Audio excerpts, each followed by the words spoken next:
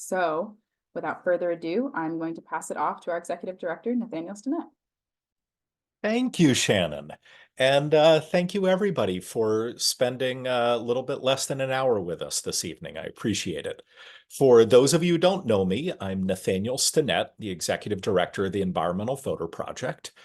And we are going to be talking a lot about environmental voters, and in particular, low propensity environmental voters in Florida this evening. But before we get started, I just want to thank a whole bunch of people and organizations. First, Susan Steinhauser. Excuse me, she's a supporter and a volunteer of ours who reached out and suggested having this briefing and the one that we held last week. Thank you, Susan. And thank you to the following organizations for helping us spread the word about this. Rethink Energy Florida, Citizens Climate Lobby Boca Raton, Elders Climate Action Florida, Florida Sierra Club, Broward County Sierra Club, Climate Reality Project Boca Raton, Broward Clean Air, Broward Climate Alliance, and Florida Rising. Thank you, thank you, thank you. For those of you who don't know those organizations, they're all incredible organizations, and I hope we'll be able to help introduce you to their great work throughout the year. All right, I'm going to start by sharing my screen here. What we're going to be doing tonight is going through the following 4 sections that you see right here. So we're going to start with just a quick introduction to the Environmental Voter Project. For those of you who are new to our work, allow me to apologize. I'm not going to go through a long 30-minute detailed orientation about our work, because as you see, we've got a whole bunch of other stuff to get to tonight. But we did want to give you about 5 or 10-minute quick introduction to what we do, why we do it, and what our results are. All right, then we're going to dive into our latest voter file modeling data. How many of these non-voting environmentalists we've identified in Florida, who they are and where they are, and some of the political opportunities that they present. Third, the Environmental Voter Project is a voter mobilization organization. We want to let you know what we will be doing throughout 2024 in case you, as an individual volunteer, want to get involved in our work, or in case one of the organizations that you're involved with is eager to partner with us. And we'll go through the various ways that we can try to be helpful and partner with other organizations. And then finally, as Shannon mentioned, we're going to have a Q&A session at the end. So if you have questions, please put them in the Q&A. Shannon will try to answer all of them. If your question is not answered, it might be because she is holding it until the end to ask me during the Q&A. All right, we have an amazing crowd here tonight. So thank you all, and let's go ahead and get started. Oh, I'm sorry, the most important part, I forgot. We respect your time. It is now 7:05 Eastern. We will finish by 8 o'clock Eastern on the dot. Don't worry. All right. In a nutshell, who we are at the Environmental Voter Project is a nonpartisan nonprofit that is just laser focused on what you see on the screen here. We identify environmentalists who don't vote, and then we turn them into consistent voters. That's it. That's what we do. And so what that also means is we don't do a lot of the stuff that many other great environmental organizations do. For instance, we don't endorse candidates. We don't lobby for particular policies. We don't even, as odd as it might sound, we don't even try to convince people to care more about climate change or clean air or clean water. In fact, a good way to think of us is we're not even in the mind-changing or opinion-changing business at all. Instead, what we are is we're solely in the behavior-changing space. What we try to do with the Environmental Voter Project is identify the people who don't need their minds changed. They are dyed-in-the-wool super environmentalists, yet they are not voting. And so what that means is that they are then ripe for a purely behavioral intervention. These are people who don't need their minds changed. They don't need their opinion changed. They just need to get their butts out the door and start voting whenever there's an election. That's what we focus on. And for better or for worse, there are a lot of these people out there. And so we want to spend a little bit of time talking to you about this tremendous opportunity and why we at EVP focus in this particular niche. All right. One of the reasons, if not the greatest reason we focus in this particular niche, is illustrated by what you see on the screen here. Now, this is just one election. This happens to be a poll of likely voters in the 2022 midterms in battleground states. But I challenge you to look at any election anywhere, whether it be for city council in Boise or president of the United States. When you look at likely voters and ask them what their number one issue priority is, far, far too few of them list climate or other environmental issues. And although this 4% number that you see in the poll here is low, the good news is it's higher than it was, say in 2018 or 2014. But this is nowhere near where we need it to be if we want elected officials to start leading on climate. And I know this is hard to accept.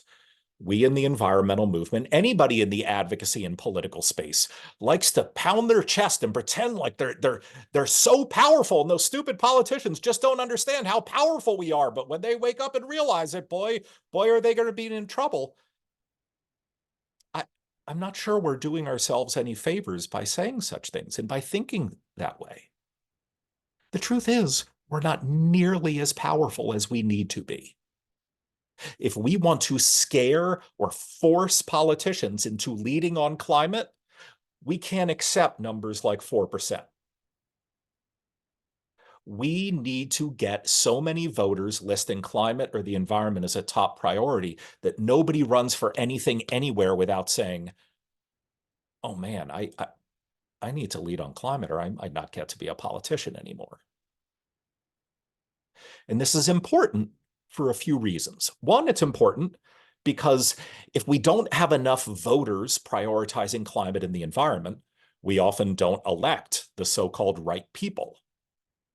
But it's also important for another really crucial reason that doesn't get talked about as much, and that is even when we do elect the right people, it isn't like they can just snap their fingers and get whatever they want.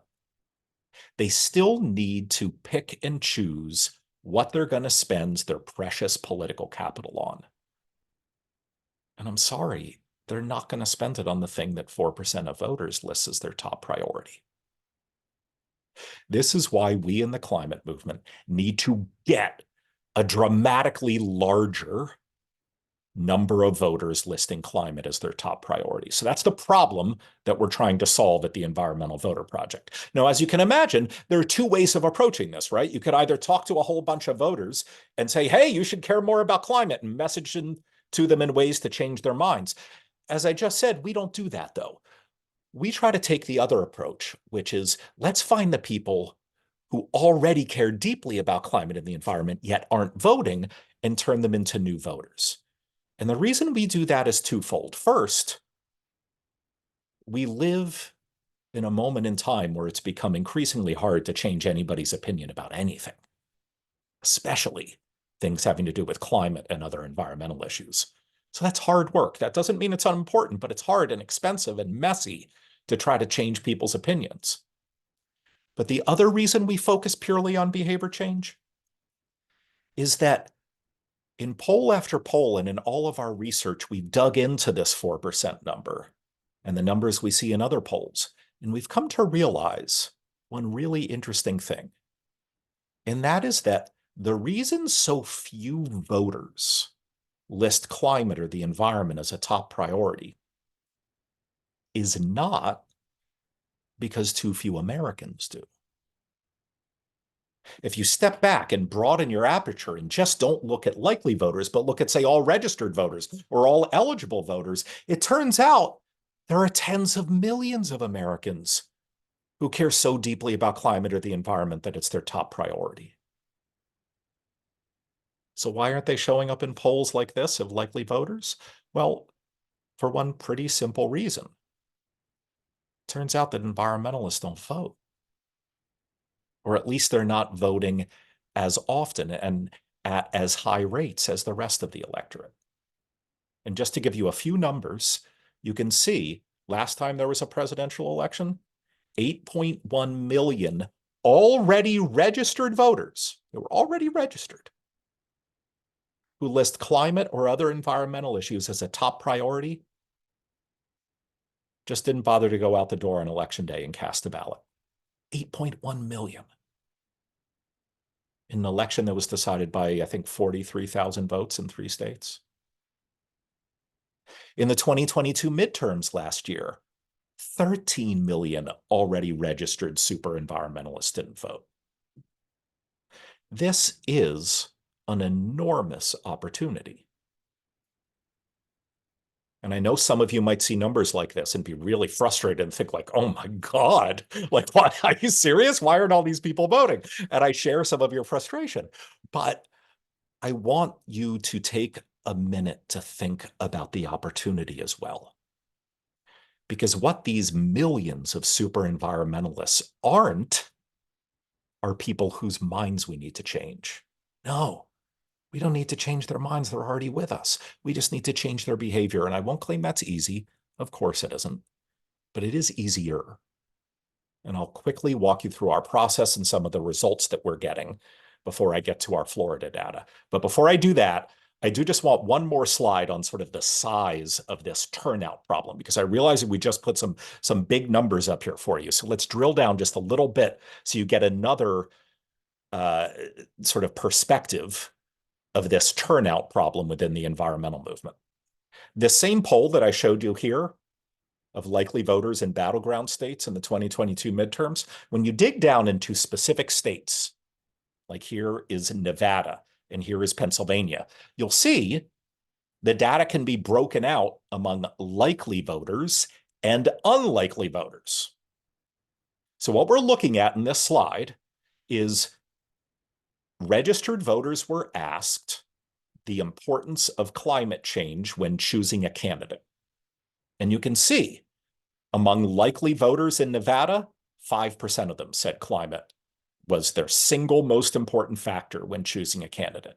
But look, when you look at unlikely voters, people whose voting history meant that they were unlikely to vote in the midterm, twice as many of them said climate was the #1 factor when choosing a candidate. There are twice as many climate first voters in the unlikely pool as there were in the likely pool. And you go down to Pennsylvania and look, it's the same story. We have an enormous amount of potential political power sitting on the sidelines. This is why the Environmental Voter Project is so laser focused on just identifying these non-voting super environmentalists and turning them into better voters. Now, very, very quickly, and I apologize that it is going to be very quick, but we want to get to the Florida data. I'm going to go through how we do it. It's a 4-step process. First, we build predictive models on voter files, allowing us to individually identify who these super environmentalists are. All right, I realize I just said a lot. If any of you don't know what that means, if you don't know about how sophisticated campaigns now use predictive models to identify voters, please ask about that in the Q&A so that we can get into it. But I don't want to necessarily spend a lot of time on it now in case all of you already know about that. But what this process allows us to do is individually identify people on voter files who have a greater than 85% likelihood of listing climate as their top priority. Yet we can see in their public voting histories that they don't vote. And so what this then means is this is a population of people who we don't need to educate about issues. I mean, these are people who you shake them awake at night and they're going to scream climate change. They're just not voting. And so then we can go to step number 2, mobilization, and make a pure behavioral intervention. We could talk about chocolate chip cookies if that's what it takes to get them to vote, because we don't even need to talk about climate or the environment. And what we do here is we work with thousands of volunteers around the country to canvass and call and send postcards to these voters. We also do direct mail and digital ad campaigns, all using cutting-edge behavioral science that we test in hundreds of randomized control trials each year just so we can figure out which messages work best with which subgroups of these non-voting environmentalists, just to do one thing, and that is get them to vote. Then we move to step 3, habit reinforcement. Remember the problem that we're trying to solve. We're not trying to win one isolated election. Instead, what we're trying to do is we're trying to change the electorate. We've got a problem here where there's not enough demand from voters for climate leadership. And so what we're trying to do is goose that demand. And you can't do that by just parachuting into one important election and then leaving.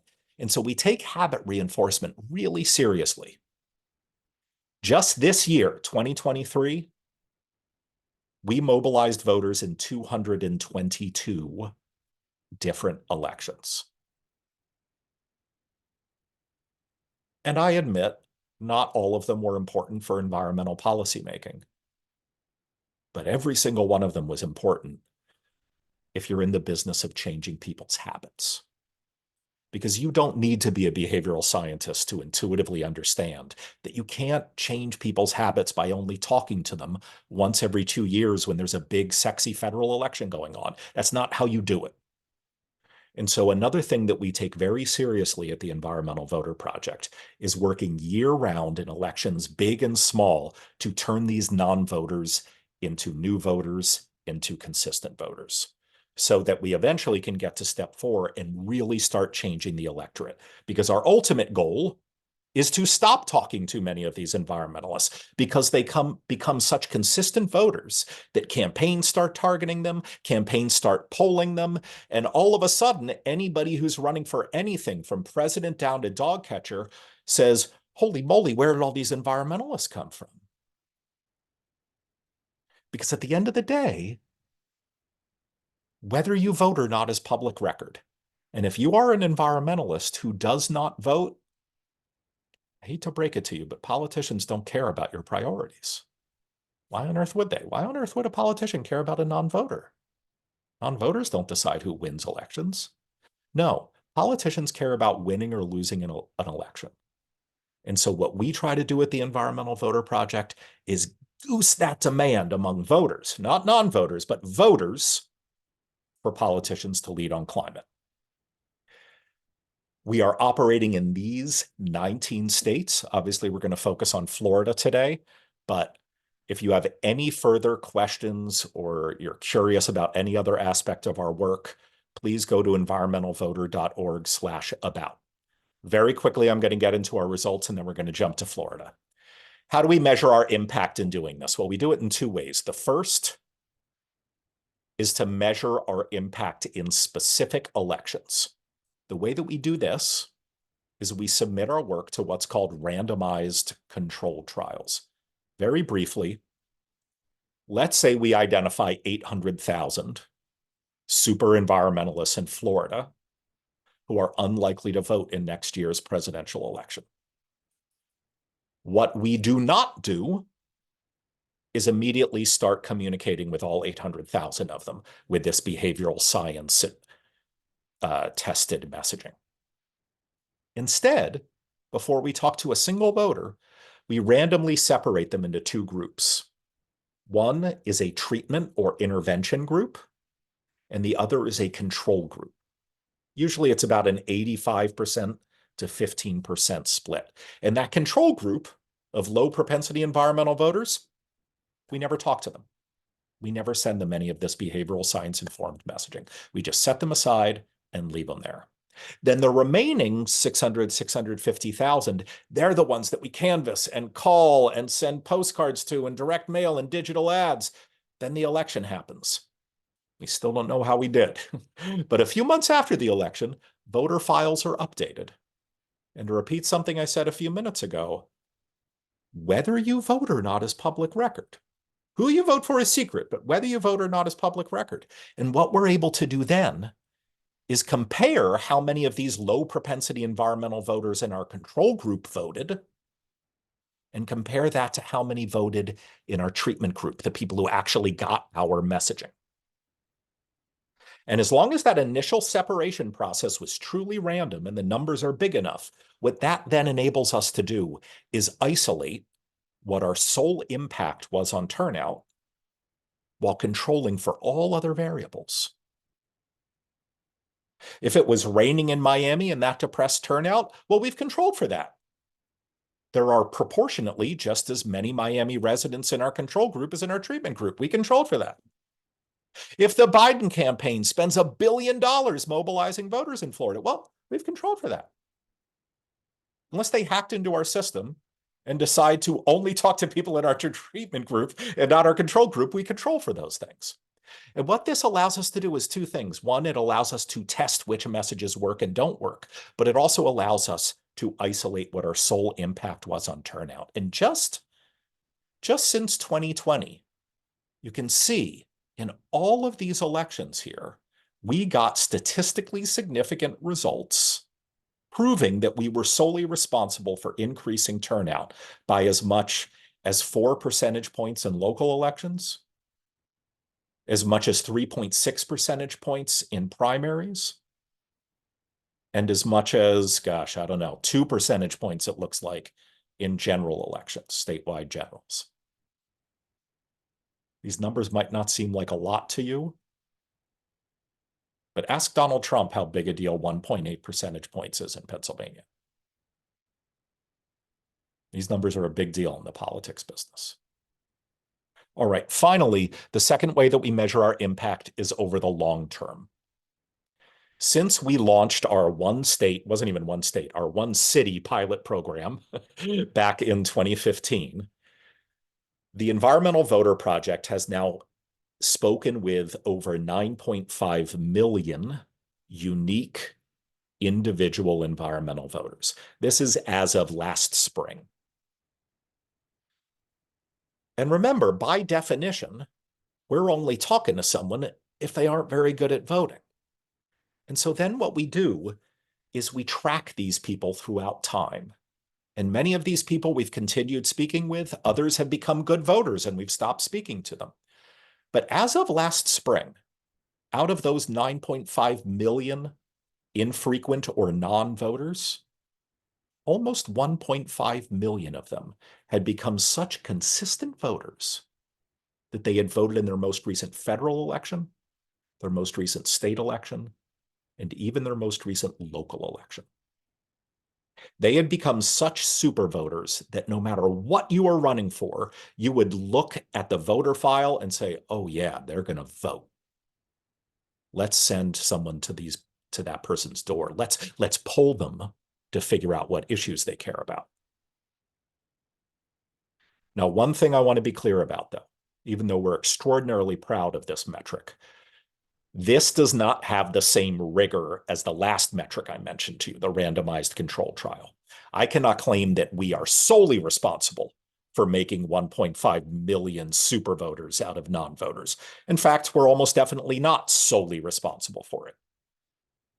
But no other group has now been active in over 1,900 elections over the past 6 years. This is what this year-round work, even in really, really small local elections, ends up building. It helps build this community of super voters that never misses an election. All right, that's enough with the results. If you want more information, we've got tons of randomized control trials and other reports on our website at environmentalvoter.org/results. Okay, let's get into the Florida stuff. Why is the Environmental Voter Project in Florida? Well, it's one of the first states it was in the very first batch of states that we expanded to after our little pilot program in Massachusetts. So in 2017, we expanded into Florida and we've been there ever since. And the reason we chose Florida and the reason it is still a state that we work in is that first and foremost, there are huge numbers of non-voting environmentalists there. Second, Florida has elections every year, not just in even years. And that's important when you're in the habit-changing business, because we want to get as many bites at the apple as possible. The simple truth is the only way to turn a non-voter into a voter is to have them vote in an election. And so the more elections you have each year, the more opportunities those are to talk to voters and change their voting habits. And then finally, there is no doubt that Florida along with maybe Louisiana, is ground zero for pretty much every big environmental crisis that our country is facing. It is where water quality and air quality and extreme weather and sea level rise and environmental racism and land use issues. All of these environmental issues are not just present in Florida, they are killing people on a daily basis. And so, even if all of these other things weren't the case in Florida, I'd suggest the Environmental Voter Project should still be here. I'd suggest that any environmental group should be here, because this is where the problems are. If you're in the problem-solving business, you don't want to avoid problems. You want to seek them out. All right, so what do we see in our Florida data? Well, the first is, after we identified all of these already registered super environmentalists in Florida, we can now look at their previous voting histories, and you'll see 643,000 of them have never voted in a presidential or other election before over the last 4 years. Some of them voted in presidential elections long ago, but all of these people have voting histories such that we look at it and we say, you know what, we should assume that they need a sophisticated behavioral intervention. These people ain't just going to show up on their own. 643,000, and they're already registered. I think many of you don't need me to tell you that there are some very, very important races coming up in 2024 in Florida. Obviously, the few that are on this slide just begin to scratch the surface. Some of those congressional districts are more competitive than others, but what those 5 congressional districts have in common is that of the 3 sort of big public ratings groups that rate competitive congressional districts, at least one of the 3 is mentioned one of those 5 congressional districts. To give you a sense of how big this target population is, 643,000 already registered but unlikely to vote environmentalists, well, only 11.1 million people cast ballots last time there was a presidential election. So that 643,000 is a big deal. All right, who are these people? If you look down at the bottom of this slide, first, I want you to look at the very bottom row here.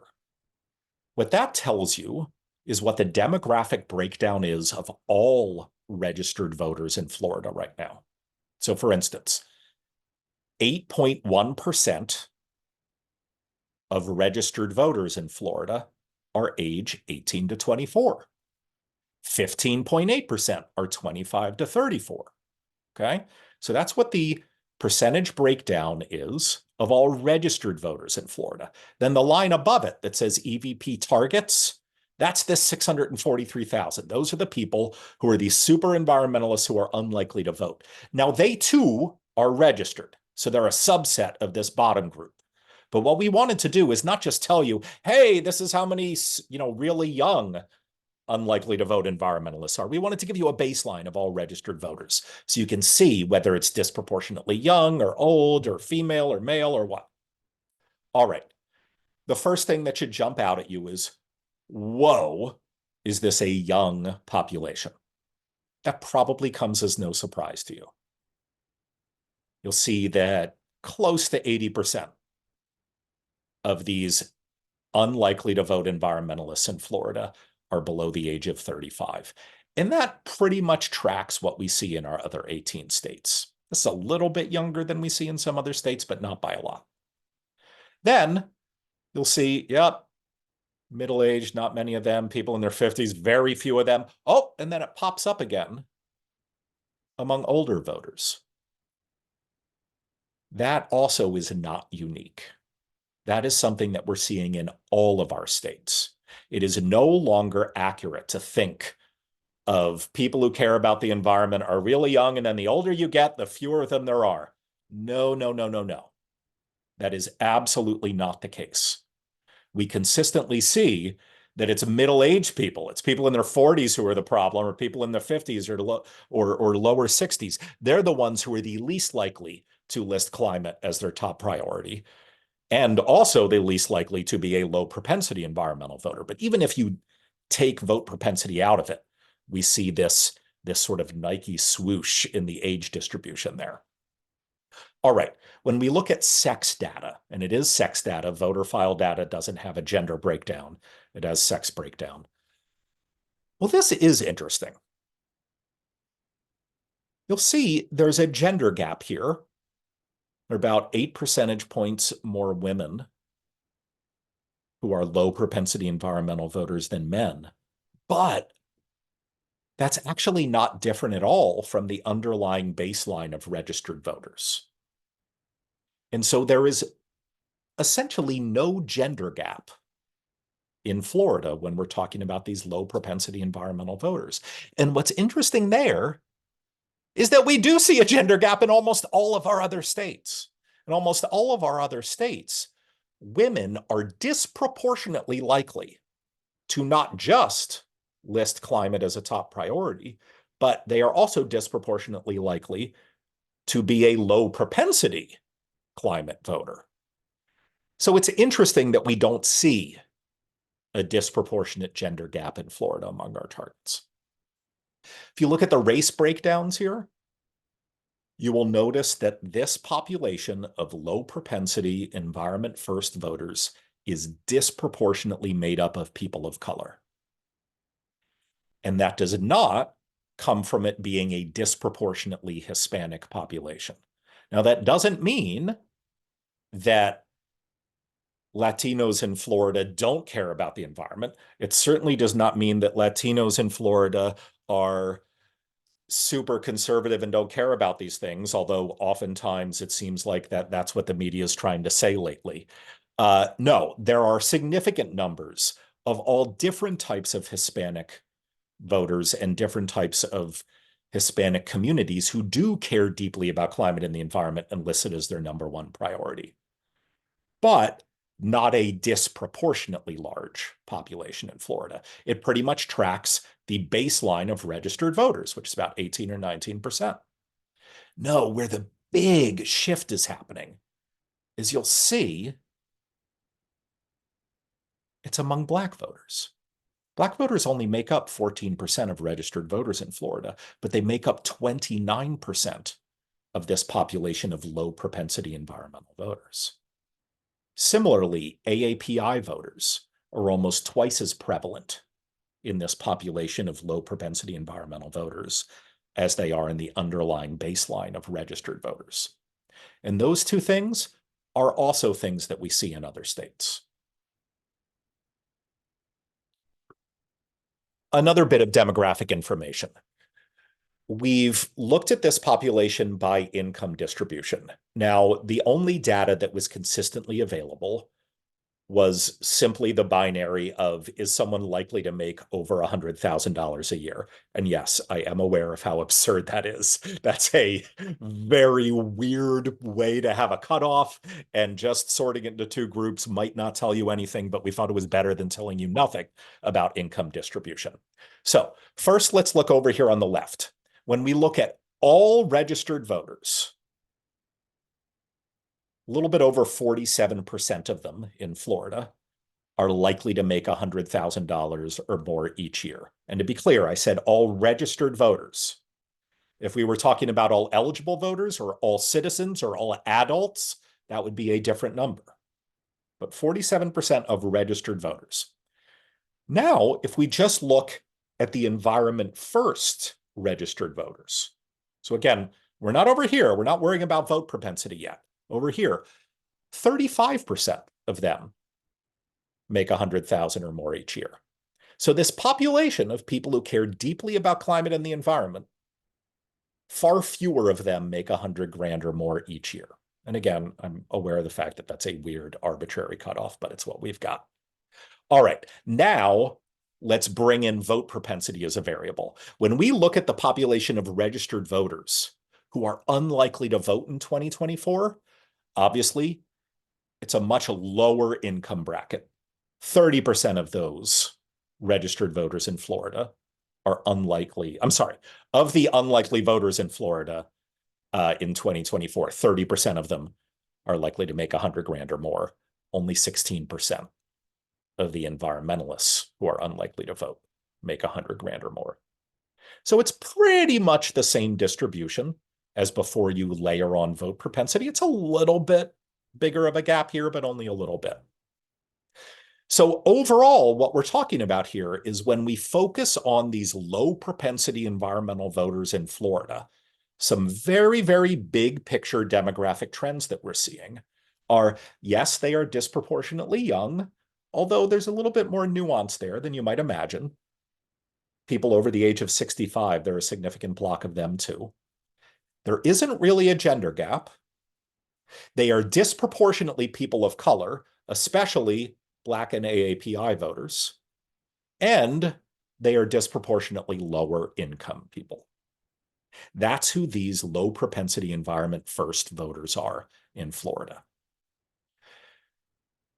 This is how the population density of these low propensity environmental voters is spread out over congressional districts. This distribution might not surprise many of you, but I also just want to point out, like, we're all aware of how grossly gerrymandered many states are, in particular Florida. And so obviously, like, these aren't drawn in a way that makes geographic sense to us. In fact, they've been drawn in a way that is meant to be unfair. And so if you were looking at something that wasn't done by congressional districts, it might look differently. But the one good thing about showing maps like this by congressional district is that every congressional district has roughly the same number of people. So the baseline is roughly the same. All right, drilling down on those 5 congressional districts that are currently discussed as being competitive, and obviously things can change, and obviously many of these are more competitive than others. This is how many of these low propensity environment first voters we've identified in each district. So in the 5th, we've identified over 20,000 of these already registered voters. In the 9th, over 40,000. You can see the numbers for the 13th, 23rd, 27th down there. I'm sure many of you don't need me to tell you that we're seeing a big, big shift in 27 and 28 in Miami-Dade County, and Southern Florida is changing. And I freely admit that I know far less about the political dynamics that are going on there than many other people do. All I can say is that we're also seeing a lot of very rapid changing in our own data. So these are the targets that we're seeing. And for those of you who aren't familiar with this metric here, partisan lean, very quickly what that means is if you average the last 2 presidential elections and the last 2 midterm elections, how far away from the mean are these congressional districts?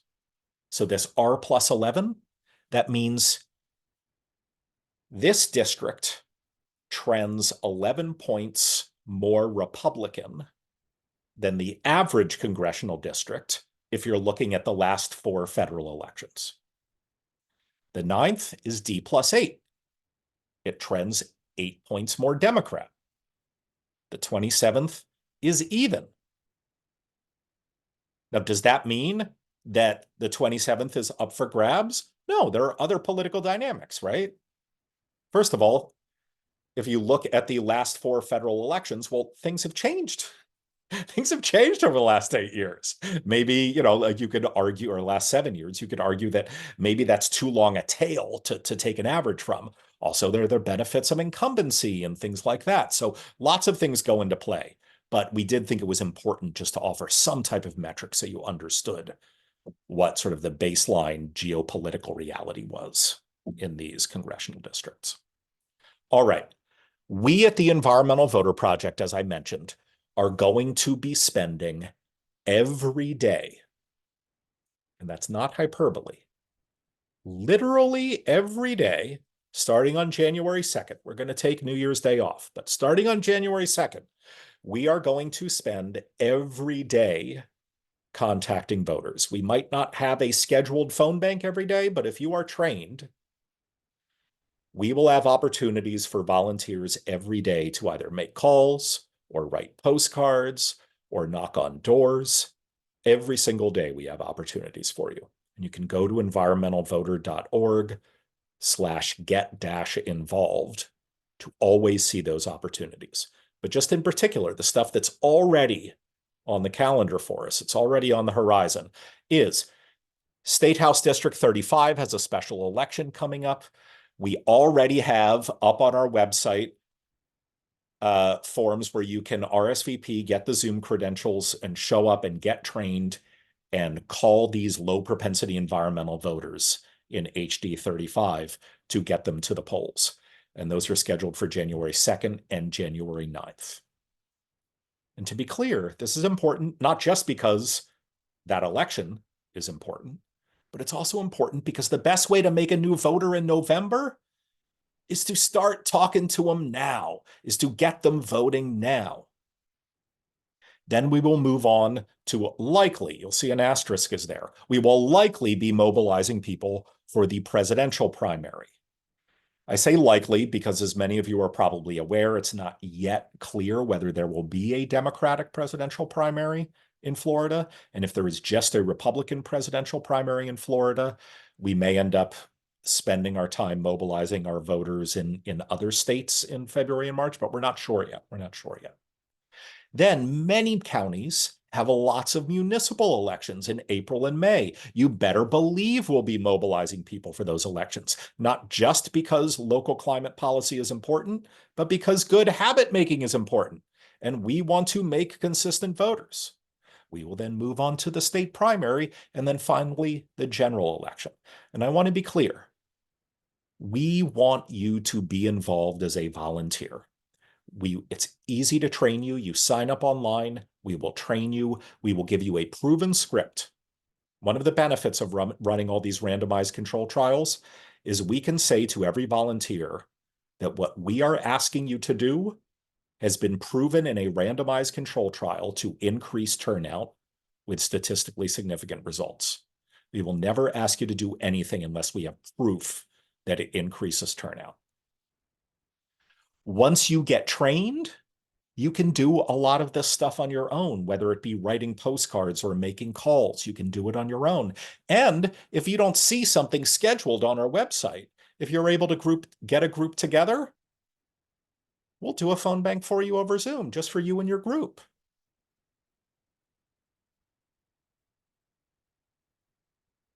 And so to close, I just want to say, please, please, please sign up to volunteer. We would love to work with you. And that includes right now, we've got those phone banks coming up for HD 35 in like 2 weeks. There may be a postcarding campaign into Florida. We don't yet know. Our first one is into North Carolina, but regardless, you can certainly be part of our postcarding campaigns into other states, but we may have one into Florida. And again, you can go to this link here, environmentalvoter.org/get-involved. Second, I want to say, we love partnering with organizations. If you want to work with us to mobilize voters, we are like a free turnkey field operation. If you have members or volunteers who, you don't want to set up your own voter turnout organization, but you want to be nonpartisan, but you care about the environment, boy, would we love to work with you. Or maybe you're doing your own thing, but our data might be helpful to you. Now, we're not legally allowed to just give you our list of voters, but we are more than happy to give you spreadsheets of, which districts have highest concentrations of which type of environmental voter and what the demographic crosstabs are on them and all of that. We view it as our duty. It's free of charge. We're sitting on all this information. We want to be good allies and we want to help people in this space. Another way that we do that is, can we share our learnings with you? if you're going to be running a voter engagement campaign, maybe some of these randomized control trials that we've run over the years can be helpful to you in fine-tuning your messaging. And again, we're a nonprofit, but we make our money from donations. We don't charge like consulting fees or anything like that. This is free of charge. And so please, if partnering in one of these ways or other ways might be of interest to you, email us at info@environmentalvoter.org. We would love to set up a call with you.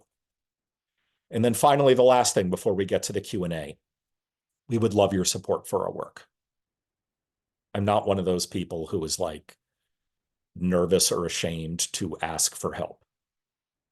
If you're here, sorry to out you, but you've self-identified as someone who cares about climate and environmental issues, who cares about the democracy crisis, and who cares about politics.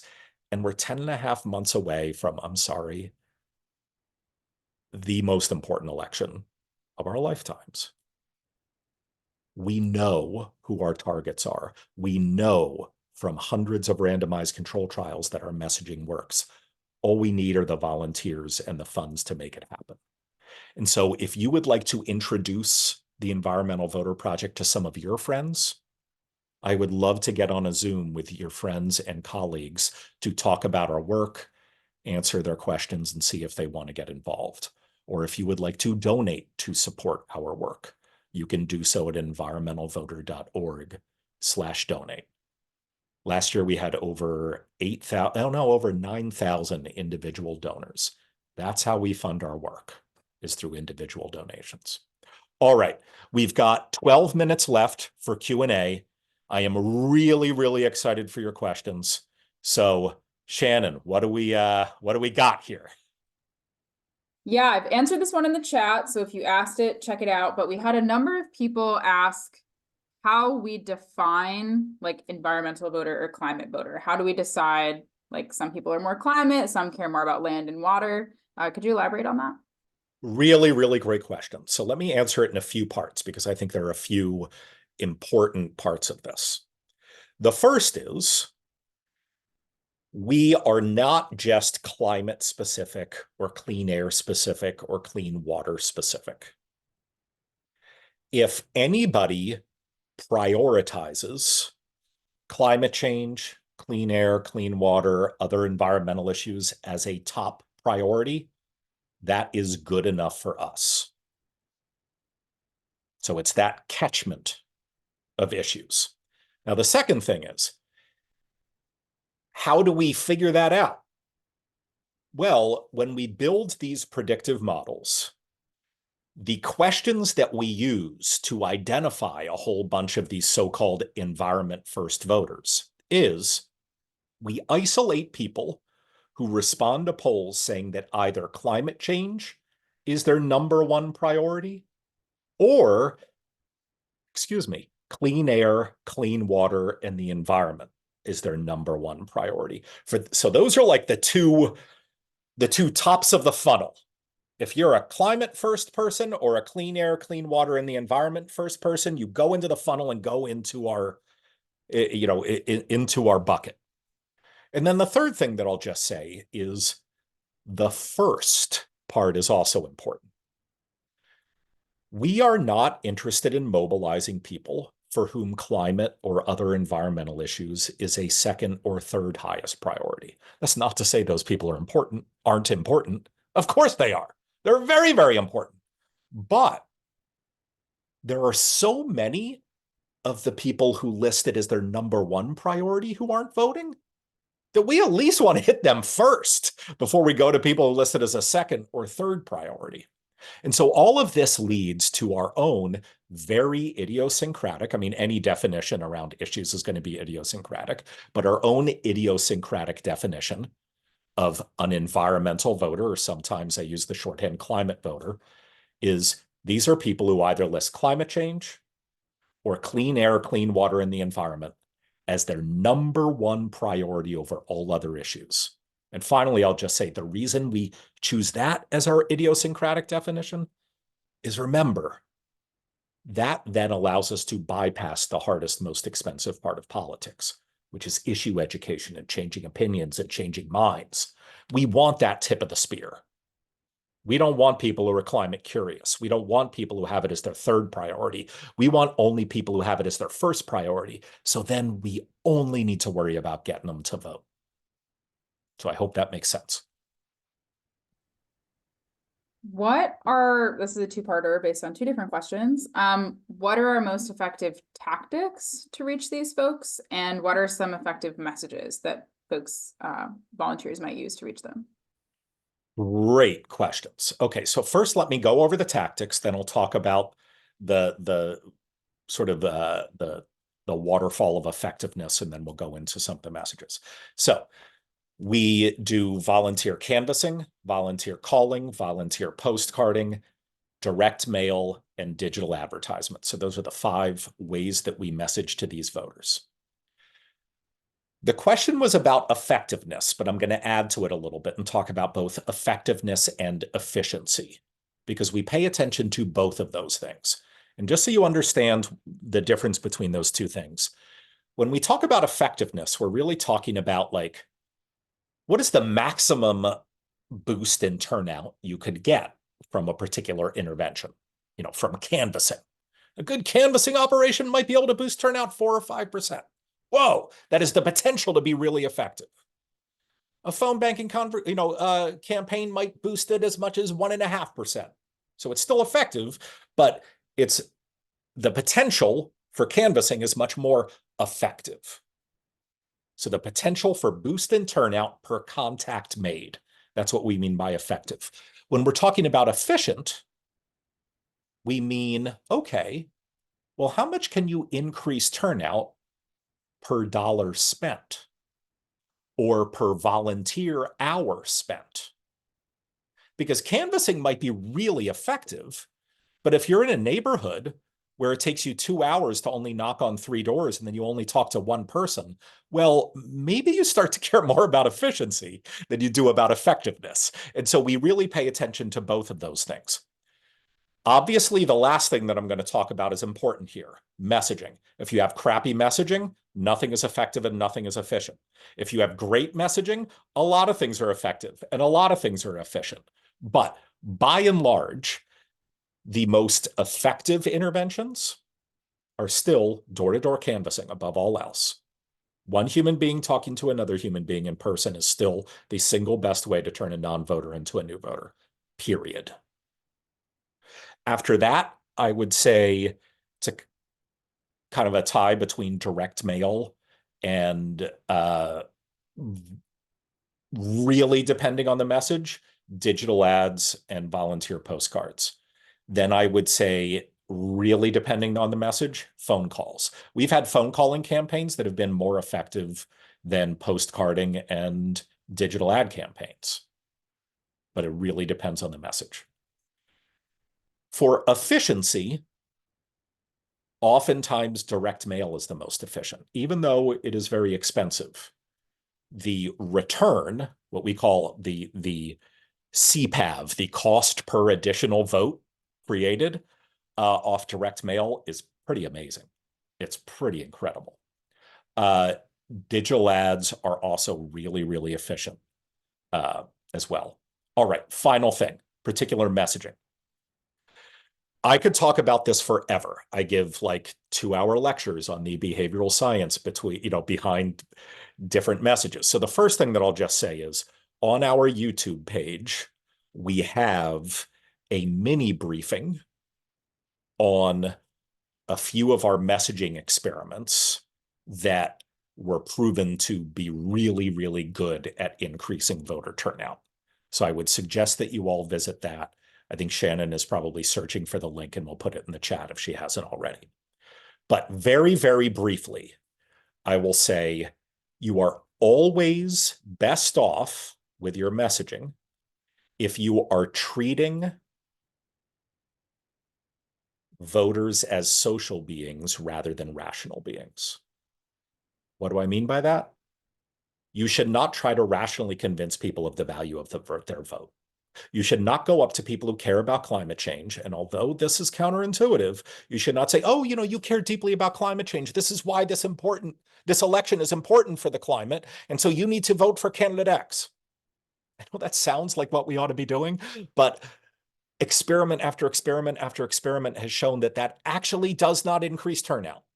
It might be a good way to change opinions, but it is not a good way to change behavior. Instead, the best way to change behavior is to use little like social pressure nudges, like peer pressure.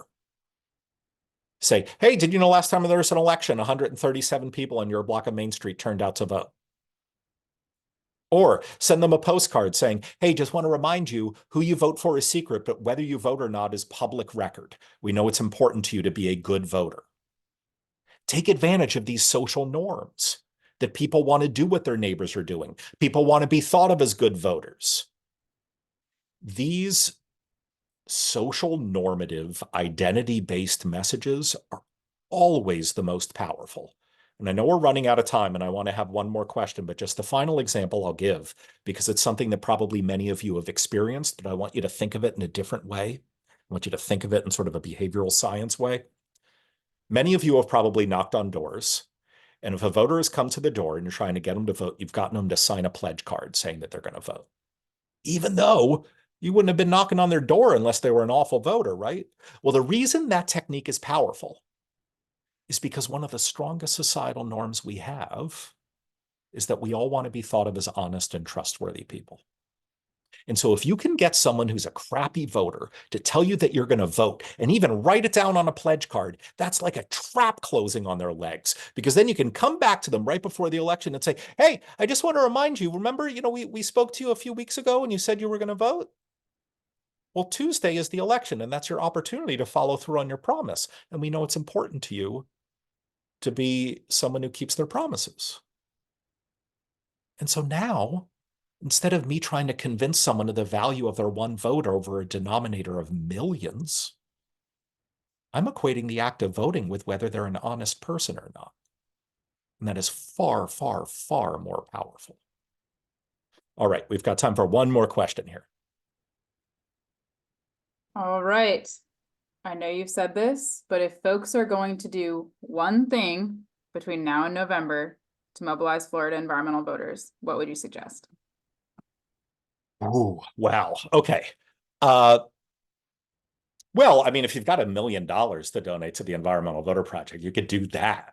I mean, there's no cap. You could go up to 2 million if you'd like. Sign up to volunteer. Go to environmentalvoter.org/get-involved.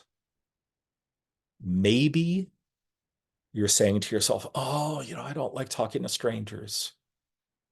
Or I don't, I get it. I get it.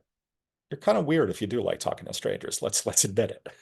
But what I want to let you know is, first of all, you're not twisting people's arms to try to convince them to vote for someone they don't want to vote for. You're talking to people who are dyed-in-the-wool super environmentalists. You're just trying to encourage them to vote. That's a much easier ask. Two, we are giving you proven scripts that we know work. Three, most people who volunteer for us love it and come back over and over and over again. Shannon has an amazing organizing team that tells people all the impact that they're having. We treat you like an investor. And then the fourth thing I'll just say is, no one's going to force you to keep doing it if you end up not liking it. What's the harm? Sign up, show up. You're here because you care about this moment in time. And if you end up doing it for 10, 15 minutes and you're like, I hate it, you don't need to do it again. But do yourself a favor. Don't have any regrets next November. This is an opportunity for you, and we want to partner with your organization. We want to work with you as volunteers or donors so that we can all achieve record high turnout for the environmental movement this year. It is of the utmost importance. So thank you. We had a huge crowd. I know many of you asked questions that we couldn't get to. I do want to end now that we're 1 minute past 8 o'clock, so we really need to end. Please get in touch with us at info@environmentalvoter.org if you have any additional questions. And Shannon, did I miss anything? All right. Have a great night, everybody. Thank you all so, so much for joining us. Bye-bye.